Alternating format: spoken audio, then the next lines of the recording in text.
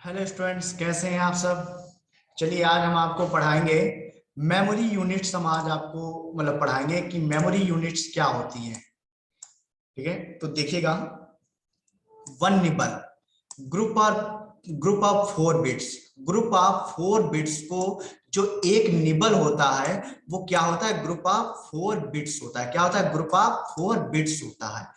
अब देखिए, one byte क्या होता है, ग्रुप ऑफ 8 बिट्स। क्या होता है, group of 8 bits.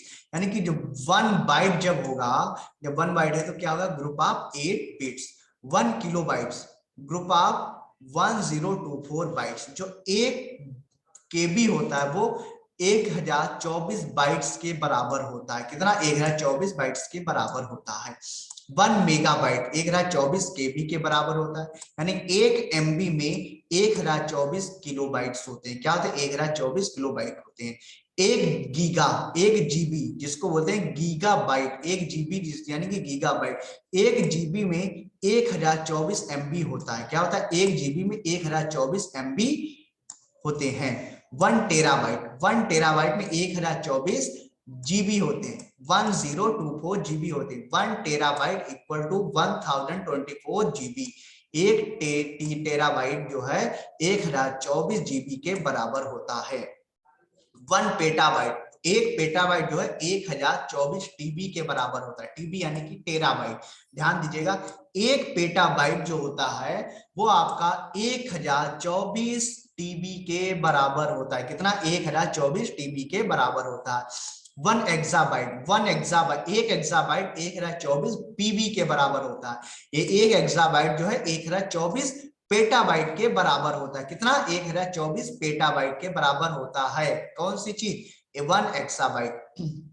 1 zettabyte 1 zettabyte जो है, 1 जेटाबाइट जो है 1024 EB के बराबर होता है। 1024 EB के बराबर, 1024 EB, EB बोले तो एक्साबाइट। यानी कि 1 जेटाबाइट में 1024 एक्साबाइट होते हैं। 1 जेटाबाइट में 1024 एक्साबाइट होते हैं। ध्यान में रखिएगा। अगला देखते हैं, यहाँ पे है, यहाँ पे 1 योटाबाइट। 1 योटाबाइट में 1024 जेटाबाइट होते हैं। एक योटाबाइट में 1024 जेटाबाइट होते हैं।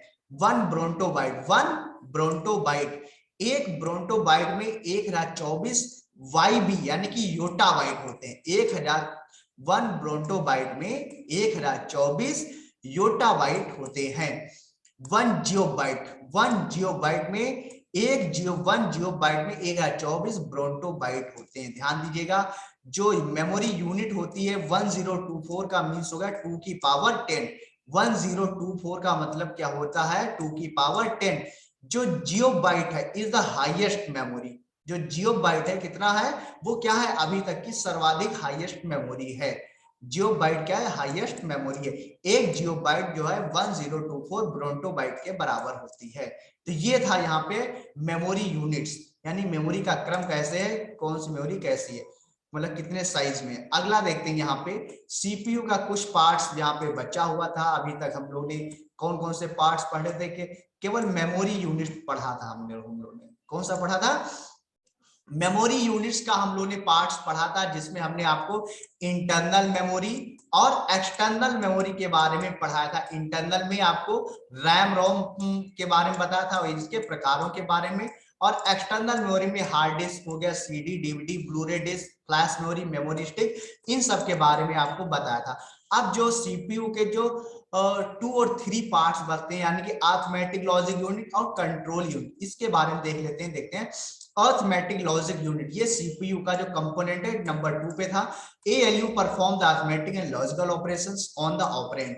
जो एएलयू होता है, कैसा क्या करता है, अंकगणितीय और लघुगणकीय जो तार्किक क्रियाओं को संपन्न कराता है। जैसे कि आपका एडिशन होगा, सब्ट्रैक्शन होगा, मल्टीप्लीकेशन होगा, डिवीजन हो गया, ये आपके क्या है, अरिथमेटिकल हो गए। और ये आपके क्या है, लॉजिकल हो जाती है। क्या हो जाती है आपकी, less than, greater than, less than or equal, equal, greater than or equal, not equal. ये आपके कैसे एग्जांपल हैं, आपके लॉजिकल ऑपरेशंस है। कंट्रोल यूनिट क्या करता है, it controls overall operations on the computer, यानी जो सीयू होता है, यानी जिसको बोलते हैं कंट्रोल यूनिट, वो क्या करता है, कंप्यूटर की ओवरऑल ऑपरेशंस को कंट्रोल करता है। अगला कुछ पॉइंट्स है यहाँ पे हैं लिख रखे हैं, यहाँ पे इंपॉर्टेंट फैक्ट्स हैं यहाँ पे, उनको थोड़ा सा देख लेते हैं, डिस्कस कर लेते हैं, थोड़ा सा रीड करते हैं। जैसे कि रोम, ROM यानी कि read only memory, stores a set of instruction called BIOS, यानी रोम में जो भी इंस्ट्रक्शन स्टोर रहते हैं उनको क्या कहते हैं, बायोस कहते हैं, यानी basic input output system. When the computer is on, BIOS is used to start the operating system। जैसे ही कंप्यूटर सिस्टम को ऑन किया जाता है, यानी कि सीपीयू का बटन प्रेस किया जाता है, सीपीयू का पावर बटन प्रेस किया जाता है, वैसे ही बायोस जो है क्या कर देता है, बायोस सिस्टम को ऑन करता है। बायोस क्या करता है, ऑपरेटिंग सिस्टम को ऑन करना प्रारंभ कर देता है। अब ध्यान दीजिएगा, अब motherboard is the main circuit board of a micro computer that holds many of the crucial component of the system।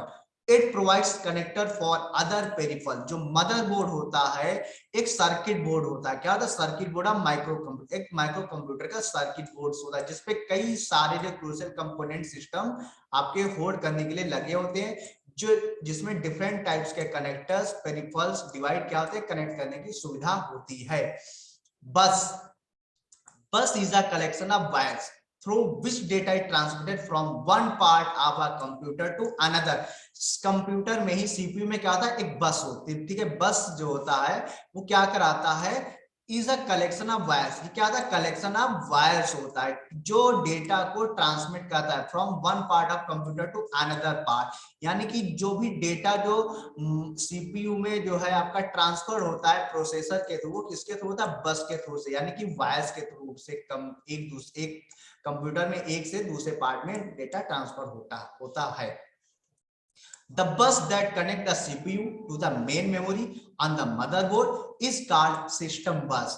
जो बस है वो आपका जब सीपीयू की जब मेन मेमोरी से कनेक्ट होता है मदरबोर्ड पे, उसको क्या कहते हैं, सिस्टम बस। तब उसे क्या कहते हैं, सिस्टम बस कहते हैं, ध्यान में रखिए। यानी कि जो बस होती है जब आपकी सीपीयू के जो मेन मेमोरी से मदरबोर्ड पे जब कनेक्ट होती है, तब उसे क्या कहते हैं, सिस्टम बस कहते हैं, ध्यान में रखिएगा। अगला देखते हैं, यहाँ पे पॉइंट लिखा हुआ है, देखते हैं। The term PC compatible refers to a personal computer.